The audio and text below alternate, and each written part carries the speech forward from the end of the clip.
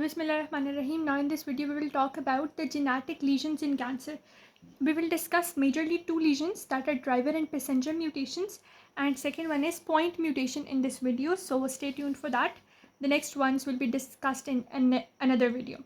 So now we have driver and passenger mutations. So what is a driver mutation? It is an inherited type of mutation that passes from one parent to another parent, from one parent to another child. So that is a driver type of mutation. It's an inherited type of mutation. It alters the function of the cancer gene, and it helps in the development and progression of cancer. So if a gene is there and a driver mutation has taken place, what it will do, that driver gene is going to alter the function, alter the protein that is being produced, and hence the function of that particular gene, and it is involved in development as well as in the progression of cancer. Now these driver mutations, or these driver type of lesions, they are clustered within the cancer gene. So if there's a gene, so these mutations will be clustered within the cancer gene, and they will alter the function of the cancer gene by producing altered proteins, and they will help in thus development and progression, and also they are inherited from one parent to the offspring. Now passenger mutations, they are acquired mutations due to environmental factor, due to viruses, etc. They do not affect the cellular behavior, but we'll talk about them a bit in a later bit.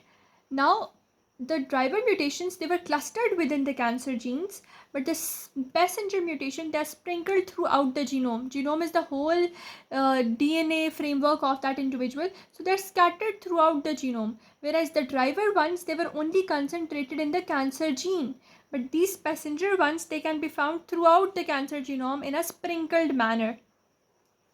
And passenger mutations, they are acquired mutations, and they require carcinogen exposure for them to be activated. Now these are involved in melanoma, and they are involved in smoking related cancer. So any type of cancer that is due to exposure to the carcinogens, passenger type of mutation develop in that type of cancer. An example of these carcinogen induced cancers are melanoma and smoking related lung cancer. So driver ones, they are concentrated in the cancer gene. After that, they are inherited. After that, they alter the function. Passenger mutations, they are acquired mutations. They are not supposed to affect the behavior of the cell, and they are sprinkled throughout the genome in the form of and they are found in the type of mutations in which there is exposure to carcinogens. And all the cancers where they're exposure to carcinogens, the type of mutation that will develop in them are the passenger mutations. And examples of the cancers that are due to exposure to carcinogens are melanoma and smoking related lung cancer. Now passenger mutation, two things about them that we need to discuss. They are carcinogen, they are always present in carcinogen associated cancers. So what happens, for example, if there is a melanoma or smoking related lung cancer, so the type of mutation that we can find in them is a passenger mutation, and that passenger mutation also helps us in finding the exact cause of that cancer. That is, for example, if it's a melanoma, it's damaged by UV light. So not only this passenger mutations are present in the carcinogen associated cancers, but they are also helping us to find out the major cause of that cancer. And now genetic variants. Now the passenger mutation produce genetic variants in such a way that this variant, for example, it is a mutated or a passenger mutation. Now this passenger mutation, it is initially neutral. What happens, for example, we start a therapy of that patient that is having this melanoma, for example, and therapy is started.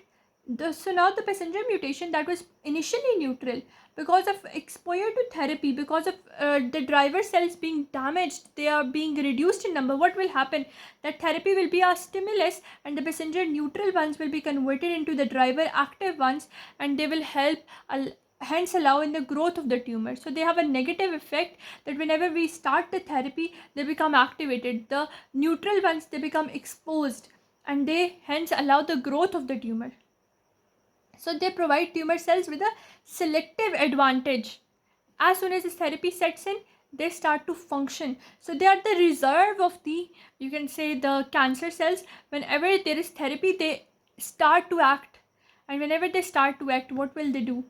They will grow the tumor. So this is therapy induced increased carcinogenesis or increased cancer development. Now we have second type of mutation. So up till now we have done driver and passenger mutations, that were one of them was inherited, other was acquired, and we know that passenger mutations now they are associated with carcinogen associated cancers, and they are found in they are producing genetic variants that are becoming fully active whenever they are exposed to therapy. So the driver passenger ones, they are converted into driver ones in such a way. Now point mutations, now we will talk about them. Point mutations, they have the capability that, for example, this is a whole gene is made up of triplets of nucleotides. So if there is a change in one nucleotide that is only limited to a single point, what will it do? It will activate or inactivate the protein products. And that point mutation that is only limited to a single nucleotide, it can activate or inactivate protein products. And it has the capability to convert these proto-oncogenes, normal genes. If you don't know about them, watch my previous video.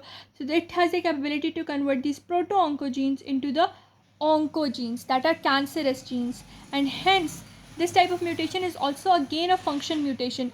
Gain of function, what does it do? It produces uncontrolled growth type of mutation. They alter the amino acid residues in the domain, and hence they have a check and balance on the protein activity. So point mutation will do such a mutation that a single nucleotide will be replaced. It will either activate or either inactivate the type of protein that is being formed. They will convert the proto-oncogenes into oncogenes by gain of function mutation. An example of them, of the point mutations, are, the major one is in the RAS gene. RAS gene, whenever it undergoes point mutation, it produces cancer genes. Similarly, tumor suppressor gene, the TP53 this tumor suppressor gene, which is a type of guardian gene that is supposed to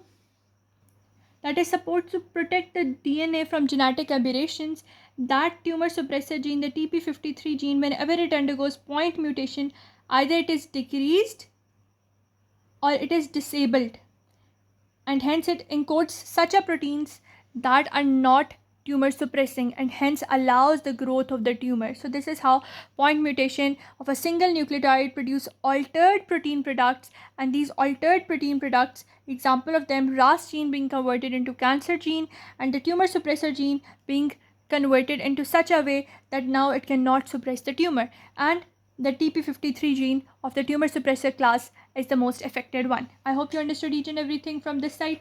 In the next video, we will talk about another portion of the genetic lesions involved in cancer. Till then, if you like my video, please like, share and subscribe to this channel, and keep on watching, keep on learning, and keep on subscribing to my channel. Allah Hafiz.